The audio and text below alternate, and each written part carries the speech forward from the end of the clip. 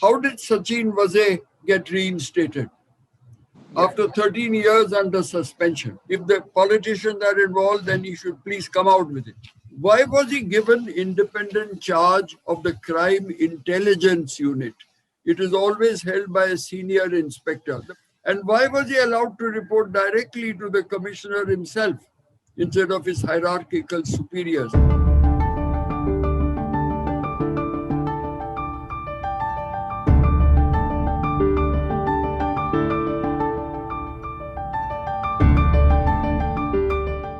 A CBI inquiry has been ordered against former Maharashtra Home Minister Anil Deshmukh. Do you think this is a moral victory for former Mumbai Police Commissioner Param Bir Singh in the backdrop of the Ambani bomb scare case and his subsequent transfer? Well, it's not a moral victory for Param Bir Singh. I don't know whether he considers it like that, but I think it's a moral victory for the people of Mumbai or the people of Maharashtra, because this relationship between the politicians and senior police officers has to be broken sometime or other. And I think because Param Bir was removed from that post in peak, he has gone public. You know, this connection between the criminals, the police and the politician, that has to be broken. If the police chiefs is not willing to do that on his own, well, after being transferred, if he comes out with it, I'm so happy about it. At that time, when he was informed by Vaze and another gentleman called Patil, but they had been summoned to the minister's house, and they immediately came and told their boss. Well, at that time, he had not been shifted. So he didn't think it necessary to come out with that. So he would not file any FIR. And even if he was shifted, filing of FIR becomes a little difficult because, then you have burnt all your boats. So I don't think that he would do that. He's quite shrewd that way.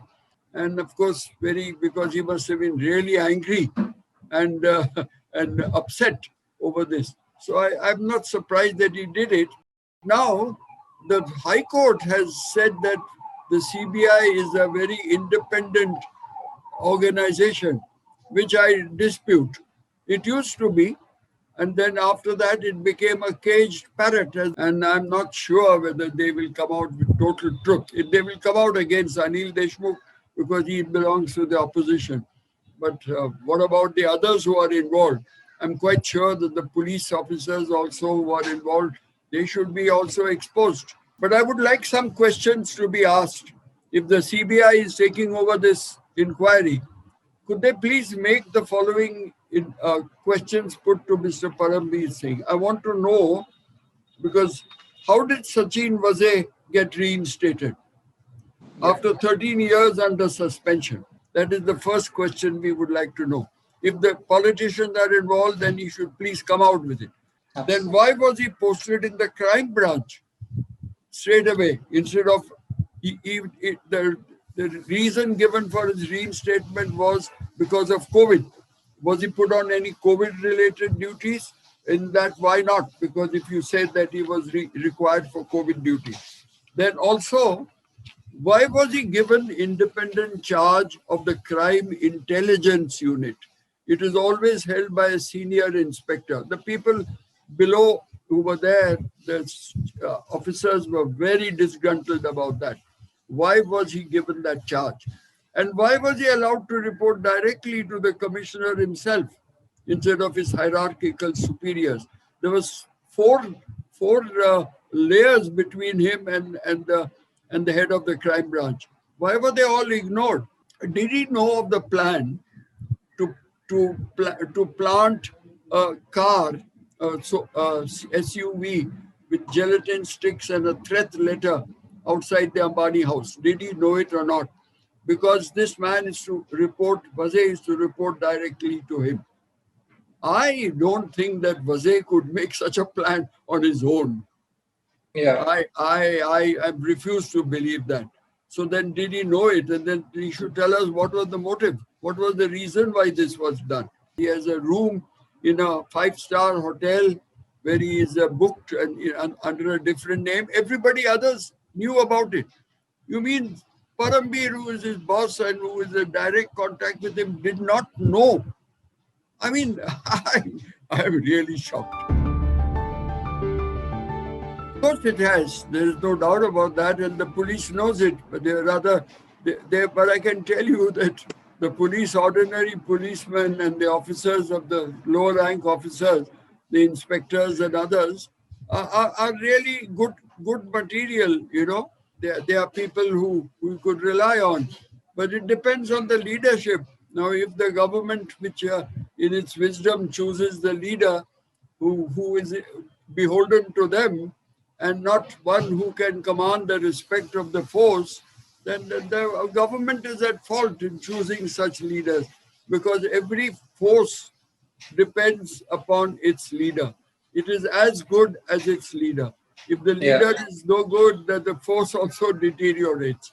If you don't have integrity, you cannot command a force. I am absolutely of that view. What, according to you, is the message or the lesson that future police chiefs commanding the force need to take from this entire episode involving Param Bir Singh and Sachin Vaze? You see, there are two what are dimensions now of the police chiefs' involvement with politicians. One is those who are involved because of corruption, because of money matters. So that is going on for quite some time, and there are always some black sheep who get involved like that.